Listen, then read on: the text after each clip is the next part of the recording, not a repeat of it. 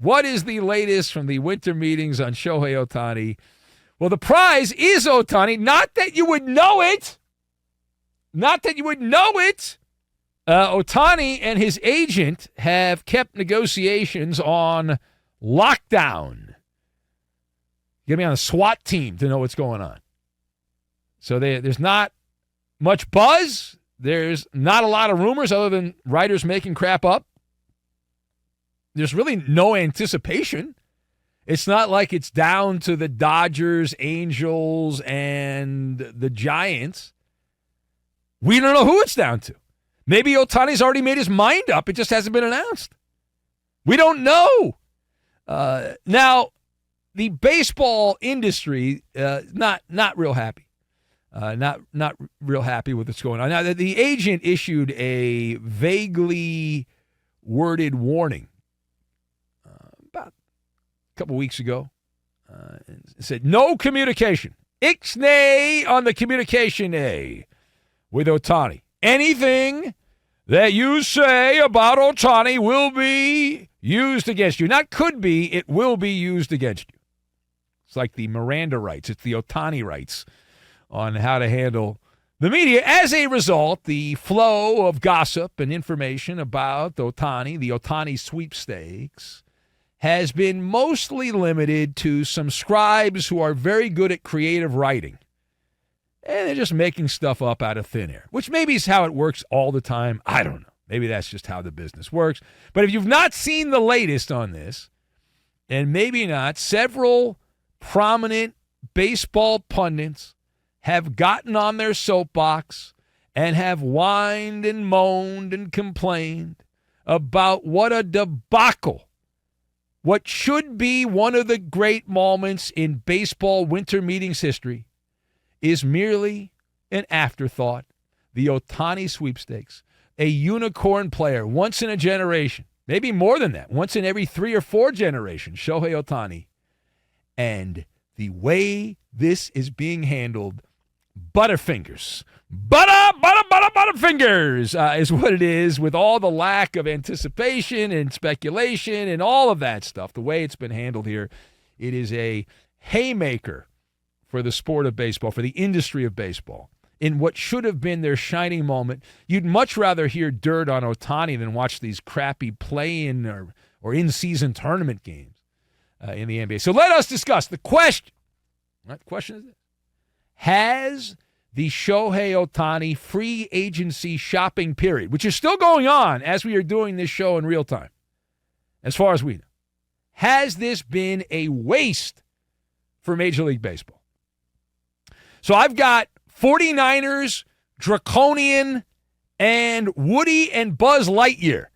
And that's it. We'll combine all these things together, and we are going to make a new MALLER holiday song, which we will debut coming up later this hour. New music on a sports talk radio show in the middle of the night.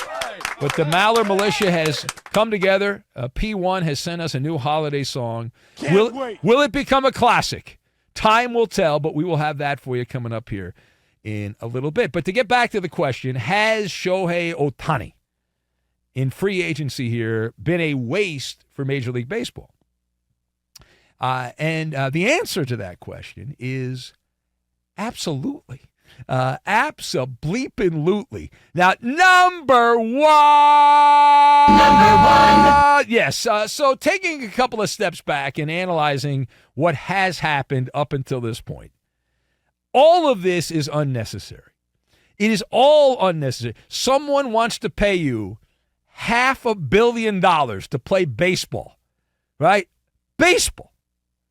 You're not going to die on a baseball field. You're not. You can go out and play baseball, all that stuff. It's on brand for Major League Baseball. I was actually texting somebody that works in baseball who I've known for years, and we were going back and forth about Ohtani. I was trying to figure out where he was going to go. I thought maybe this guy knew something. He knows nothing, unfortunately. But we were going back and forth, and I was like, well, this is so baseball. It's so perfect the way baseball players do more to shoot themselves in the foot than any other athlete. Like the NBA players are great at marketing the game. Now, a lot of people hate the NBA because of the way they market the game and the bravado and the catwalk to get into the arena at NBA games, the fashion shows that go on and all that. But it's good for business. It's good for the bottom line. So you look at that, and then you compare and contrast that to baseball. Right? And perfect example would be in basketball, their Ohtani sweepstakes happened 11 years ago. LeBron James, The Decision, they called it, was a made-for-television special. Would LeBron James leave Cleveland? Where would he go? Was he going to go to the Miami Heat? Would he go to the Lakers, the Chicago Bulls? Where was LeBron going to go? That was a huge story. It was such a big story that it had a primetime special. Right? And you're in show business. I know people say baseball is boring, but it is show business. It's entertainment. And this time of the year is often more exciting than a random day in May or June when it comes to baseball information. If you're a true fan of baseball, the excitement, the anticipation of your team not sucking because they actually made good moves in the month of December is a wonderful mitzvah. It's a great thing for you, right? And Ohtani, seen as the great Messiah, the Savior, the Messiah of MASH, if you will. And here we are, right? A guy that owns the pixie dust, and his posse have handled this like the 49ers mascot, Sourdough Sam. Just serving up sourdough is what he's doing, right? He's like, no fun for you. You cannot have any fun speculating about this. Now, I know there's a middle ground. You don't have to turn this into a Shakespearean drama. You don't have to go to the Boys and Girls Club in Connecticut with Jim Gray and have an announcement. I'm not saying that. But how about a middle ground? How about somewhere in the middle? Put some meat on the bone. Now, I also get why the people who are baseball scribes are writing these think pieces about how terrible this is, because that's their job, is to have gossip and come up with gossip, and Ohtani's camp is making their job more difficult, so they're upset by that. But you don't need to be Johnny Raincloud. Raincloud, I should say. Raincloud. You don't need to be Johnny Raincloud. Please, stop.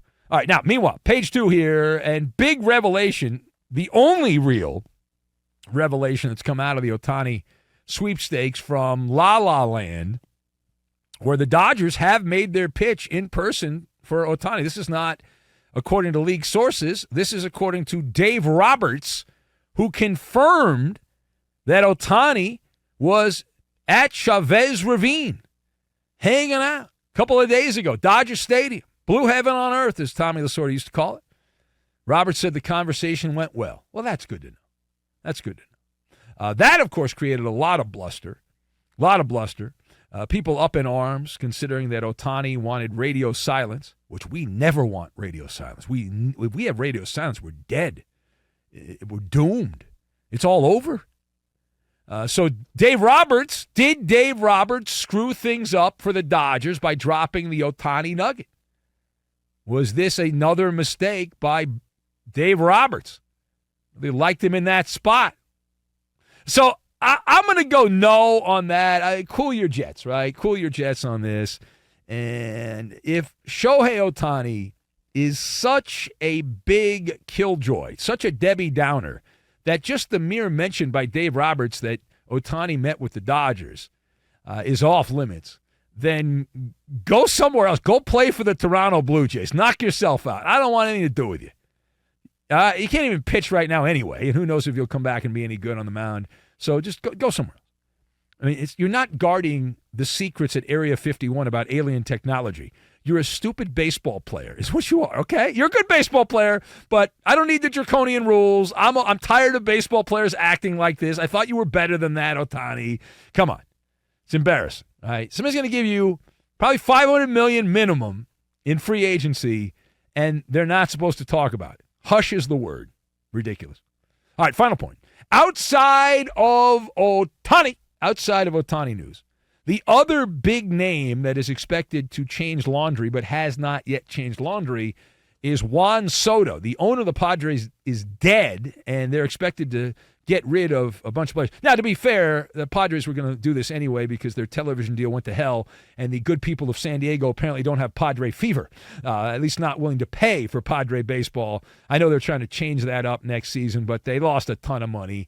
TV-wise, even though they make a ton of money still from the national TV, but the Padres are going to unload Juan Soto out of San Diego. The Bronx Bombers are often mentioned. Now, Yankee GM Brian Cashman told reporters at the winter meetings that there are, quote, very few untouchables on the roster. Yankees were just a couple games over 500 last year. Worst Yankee team in a generation since 1992. The Yankees have not sucked as much as they did this past season since 1992. So Cashman was answering a question about whether or not the Bronx Bombers would say bye-bye to second baseman Gleyber Torres and get rid of him. He's eligible for free agency after next season. That's normally the time you trade a player if you don't want to pay them. And so is he available in the Juan Soto trade? So Brian Cashman says the Yankees have very few untouchables. Do you believe him, and who are the untouchables? So, yes, I believe Brian Cashman. I believe Brian Cashman, and I will tell you right now, there are only two. It's the gruesome twosome. There are two untouchables on the New York Yankees. They are Woody and Buzz Lightyear, otherwise known as Aaron Judge and Garrett Cole. That's it. Period. Stop. You know how I know they're untouchable? They both have no trade clauses. So even if the Yankees wanted to trade them, they'd have to get approval, and good luck on getting that. So those guys, and that's it. Anyone else? Outside of them, anyone is available. Yankees also made a trade for a Red Sox. They got Alex Verdugo, who's your typical average player in baseball. That's the guy the Red Sox got for Mookie Betts. They're already trading him because they determine he's not worth the money. They don't want to pay him a big contract when his contract comes up in a couple of years. So the Yankees got Alex Verdugo for a couple of minor league pitchers. And Brian Cashman would like to, I guess, imagine him at the Bellagio, right? He's reshuffling the deck is what he's doing.